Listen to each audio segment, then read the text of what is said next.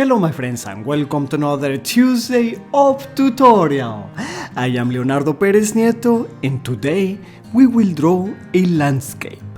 We begin by marking a little circle with dots. This is going to be the sun, so I will leave it white.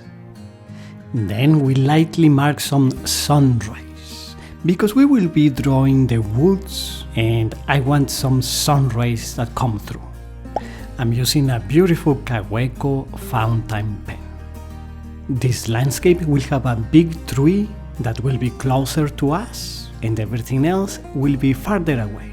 Everything else except the land where the tree is standing on.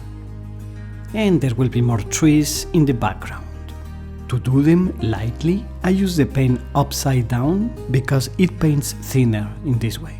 While to do the main tree, I flip it and use it the way it is intended, so that it paints a little thicker because we want these close by branches to be a lot darker.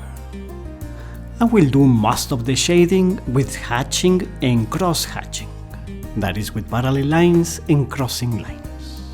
As you see, first I'm making vertical lines or nearly vertical, and then I will come through again, crossing them with horizontal lines, like this. Very good. It does take time and a lot of work to do this, but I find it very enjoyable and relaxing. We complete the rest of the branch in this way and then move on to the next one. I love drawing with fountain pens. They just have an incredible feel to them. And I cross lines yet in another direction. And to make it even darker, now I will doodle on top of it. Not on all evenly, but just like the center parts. The border, especially to the left of the branches, I leave it a little bit lighter. By the way, by the end of this month, I will be launching a drawing contest in which you will be able to win a Kaweco fountain pen similar to the one that I'm using right now. So stay tuned to have the details.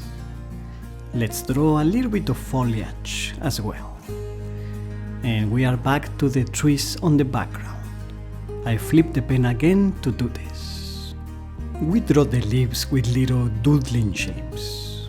And as you see, I'm leaving the sun rays much lighter than the rest. With the help of a ruler, I will straighten them out. I don't trace the whole straight lines, just a dotted line so that I can go over it and it doesn't show as much. I will sketch more trees and darken most of the drawing. However, I recommend to darken little by little. But guess what? Our big tree in the front is not contrasting enough. I want it darker.